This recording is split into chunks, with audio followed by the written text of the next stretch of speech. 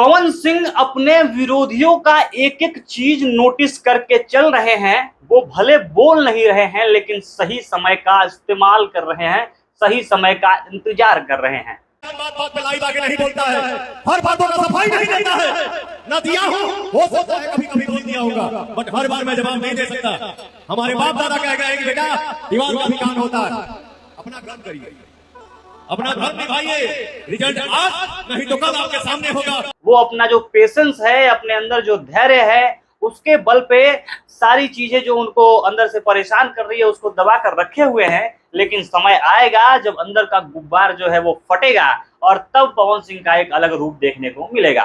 Pawan Singh stage show करने पहुंचते हैं 14 तारीख को, जो झारखंड का पलामू जिला है, वहां पे जपला करके बराही धाम करके एक जो विश्व प्रसिद्ध मंदिर बन रहा है, शायद वहां पे सबसे ऊंचा मंदिर बन रहा है विश्व में दुर्गा माता का, और वहां पे वो स्टेज शो कर रहे होते हैं और वहां पे भक्तिमय माहौल होता है, देशभक्ति गाने गा रहे होते हैं, सब कुछ अलग चल रहा होता है, एकदम माहौल ही अलग होता है। पवन सिंह कूल भी दिखते हैं लेकिन अंदर ही अंदर वो परेशान भी थे। दूसरी तरफ वो अपने तरीके से, अपने तरफ से इस चीज को दबा रहे थे, लेकिन जो अंदर की गुस्सा जो कह लें या अंदर से जो दुख था वो बाहर आता है और मंच पर पवन सिंह गरजते हुए कहते हैं कि जितने भी लोग हैं, जो कुछ भी मेरे खिलाफ साजिश कर रहे हैं, मुझे बदनाम करने की कोशिश की जा रही है, ये सारा चीज मैं देख रहा हूं और मैं एक एक चीज नोटिस करता हूं और ये सारी चीजें मेरे नजर के सामने हैं। ऐसा नहीं कि मुझे पता नहीं चलती है, लेकिन मेरे बड़े बुजुर्गों ने सिखाया है कि शांत रहना चाहिए। हमारे बाप दादा कह गए कि बेटा दीवार का भी कान होता है। अपना काम करिए, अपना धर्म निभाइए, रिजल्ट आज नहीं तो कल आपके सामने होगा।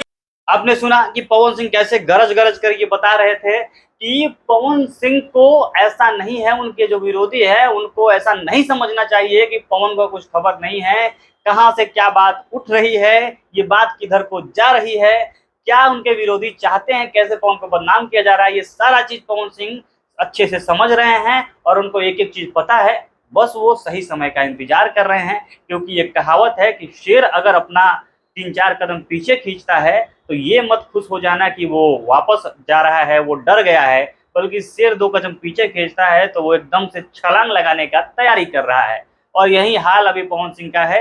और पवन सिंह का हमेशा से यही एकदम से देखा जाए तो व्यक्तित्व ही रहा है कि वो हमेशा नहीं बोलते हैं। उनकी जो पर्सनालिटी है वो हमेशा बोलने वाली नहीं है। पवन सिंह कहते भी है कि मैं हमेशा लाइव आके नहीं बकैती करने लगता हूँ, मैं लोगों के सामने जाकर फालतू एक्टिंग नहीं करता हूँ, जो मेरे जवान पे है, जो मेरे दिल पे है, ये सारा चीज एक है। इन दोनों में फर्क नहीं है कि दिल में कुछ और सोचूं, मन में कुछ और सोचूं और बोलूं कुछ और, दिखावा करूं।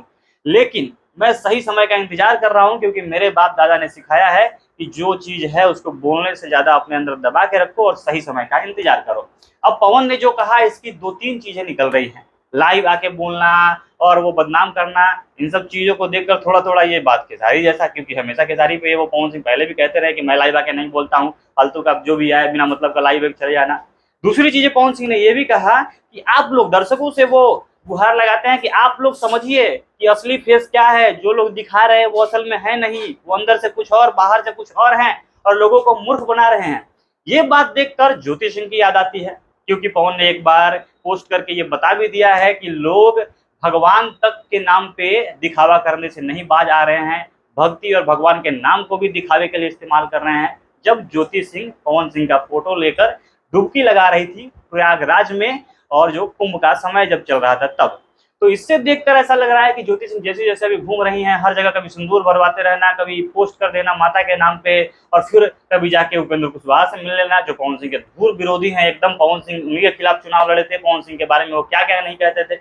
इसके अलावा जो ज्योति के साथ लोग घूम रहे हैं वो कह रहे हैं कि पवन सिंह खराब आदमी है, पवन सिंह घटिया आदमी है। मैंने कई वीडियो इस पर किया था और आपको दिखाया भी था कि लोग कैसे कह रहे थे। तो ये जो दोनों चीजें चल रही है कि ज्योति अच्छा अच्छा बोल रही है पवन सिंह के खिलाफ और उनके पीछे से सब कुछ पवन सिंह को नीचा दिखाने का काम चल रहा है, ये सिंपैथी लेने की कोशिश की जा रही है कि पवन सिंह फिर से इस महिला के साथ काफी गलत कर रहे हैं, और इसका वोट में ये सारी चीजें को, सिंपैथी को वोट में तब्दील करने का एक काम चल रहा है। शायद इस चीज से भी परेशान हो सकते हैं पवन सिंह, और कहीं ना कहीं वो पिछले कुछ दिनों में अंदर से काफी परेशान रहे हैं, जिसके चलते वो एकदम से गायब हो गए थे, गाना आना बंद हो गया था उनका। इसके अलावा पिछले कुछ दिनों में ये भी हवा फैलाई गई कि पवन सिंह की तो अपने घर में ही नहीं बनती है, देखिए वो अपने भाइयों के साथ गए ही नहीं, अपने भाइयों की शादी में नहीं पहुंचे।